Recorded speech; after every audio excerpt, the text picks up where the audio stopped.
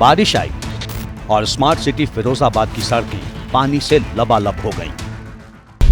बहराइच में बादल मेहरबान हुए तो घर तालाब बन गए और सड़क पर नाव चलने लगी।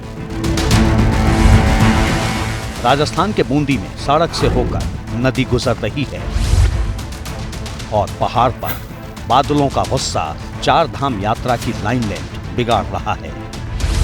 यानी पहाड़ हो या मैदान, बरसते बादलों के आगे पूरा सिस्टम हाँफ रहा है। कहीं सड़कें टूटी, यात्री फंसे, तो कहीं तेज धार में बह गई विकास की बुनियाद। सबसे पहले बिहार के रोहतास की तस्वीर देखिए। नौहटा में महादेव खोह के पास हर साल मॉनसून के सीजन में खूबसूरत झरना फूटता है, लेकिन महादेव खोह के पास वाटरफॉल बर्बादी का अलार्म बजा रहा है। शुक्रवार को बारिश के बाद झरने का पानी इतनी तेजी से नीचे आया कि आसपास मौजूद लोग डर कर भाग खड़े हुए। अब जरा बिहार के पहाड़ी इलाके से निकलकर उत्तराखंड चलिए। यहाँ मॉनसून का बदला पैटर्न आम जनजीवन पर कहर की तरह बरस रहा है, क्योंकि एक ओर बारिश का पानी नदियों में उफान ला रहा है, तो दूसरी ओर बारिश थमती है तो लैंडस्लाइड की शक्ल में पहाड़ों से मलबे की बारिश शुरू हो जाती है। उत्तराखंड में लगातार हो रही बारिश का सीधा असर चार धाम यात्रा पर पड़ा है। चिंता वाली बात यह है कि मौसम विभाग ने कुमाऊं के सभी जिले और गढ़वाल के टिहरी और चमोली जिलों में अगले 2 दिन में भारी बारिश की आशंका जताई है। मुख्यमंत्री काफी बारिश होने के बाद आज से आने वाले यात्रियों को क्या आह्वान करना चाहते हैं? उत्तराखंड कितना सुरक्षित है? नहीं, पूरी तरह सुरक्षित है, यात्रा व्यवस्थित है। इधर लगातार हो रही बारिश से राजस्थान के कई शहरों में हालात बिगड़ने लगे हैं। टोंक में बीती रात तेज बारिश हुई, नतीजा जिले के दर्जनों गांवों में बाढ़ से हालात बन गए। रास्ते डूब गए, घरों में पानी भर गया और खेत जलमग्न हो गए। टोंक शहर के अंदर भी जल जमाव की स्थिति बनी हुई है। शहर के गांधी पार्क, नवीन मंडी, महावीर पार्क और बस स्टैंड से लगी कई कॉलोनियों की सड़कों पर घुटनों तक पानी भरा है। अब मध्य प्रदेश की श्योपुर की तस्वीरें देखिए। श्योपुर में भारी बारिश से सीप और कदवाल नदी उफान पर हैं।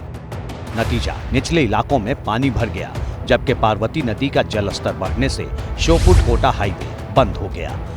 नदी का जलस्तर इतना बढ़ गया है कि पानी हाईवे के ऊपर से होकर गुजर रहा है। बाढ़ की चपेट में क्षेत्रों में फंसे लोगों को नाव के जरिए बाहर निकाला जा रहा है। कमोबेश यही सूरत उत्तर प्रदेश के कई जिलों की है। पूर्वी यूपी में कुशीनगर जिले में एक और बारिश कहर बरपा रही है, तो प्रशासन की लापरवाही फसलों को बर्बाद कर रही है। कुशीनगर की कप्तानगंज तहसील में मवन नाले का बांध टूटने से सैकड़ों एकड़ फसल डूब गई।